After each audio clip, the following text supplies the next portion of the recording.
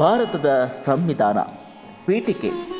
ಭಾರತದ ಪ್ರಜೆಗಳಾದ ನಾವು ಭಾರತವನ್ನು ಸಾರ್ವಭೌಮ, ಸಮಾಜವಾದಿ, ಜಾತ್ಯತೀತ, ಪ್ರಜಾಸತ್ತಾತ್ಮಕ ಗಣರಾಜ್ಯವನ್ನಾಗಿ ರೂಪಿಸುವುದಕ್ಕಾಗಿ ಭಾರತದ ಎಲ್ಲ ಪ್ರಜೆಗಳಿಗೆ ಸಾಮಾಜಿಕ ನ್ಯಾಯ, ಸಾಮಾಜಿಕ, ಆರ್ಥಿಕ ಮತ್ತು ರಾಜಕೀಯ ನ್ಯಾಯವನ್ನು, ಸ್ವಾತಂತ್ರ್ಯ, ವಿಚಾರ, ಅಭಿವ್ಯಕ್ತಿ, ನಂಬಿಕೆ, ಧರ್ಮ ಮತ್ತು ಉಪಾಸನೆಯ ಸ್ವಾತಂತ್ರ್ಯವನ್ನು, ಸಮಾನತೆ, ಸ್ಥಾನಮಾನ ಮತ್ತು ಅವಕಾಶಗಳ ಸಮತೆಯನ್ನು ದೊರೆಯುವಂತೆ ಮಾಡುವುದಕ್ಕಾಗಿ, ಭ್ರಾತೃತ್ವ, ವ್ಯಕ್ತಿಗೌರವ, ದೇಶದ ಏಕತೆ ಮತ್ತು ಸಮಗ್ರತೆಗಾಗಿ ಎಲ್ಲರಲ್ಲಿ ಭ್ರಾತೃತ್ವ ಭಾವನೆಯನ್ನು ಮೂಡಿಸುವುದಕ್ಕೆ ದೃಢ ಸಂಕಲ್ಪ ಮಾಡಿ ನಮ್ಮ ಸಂವಿಧಾನ ಸಭೆಯಲ್ಲಿ 1949 ಇಸ್ವಿಯ ನವೆಂಬರ್ ತಿಂಗಳ 26ನೇ ದಿನದಂದು ಈ ಸಂವಿಧಾನವನ್ನು ನಮಗೆ ನಾವೇ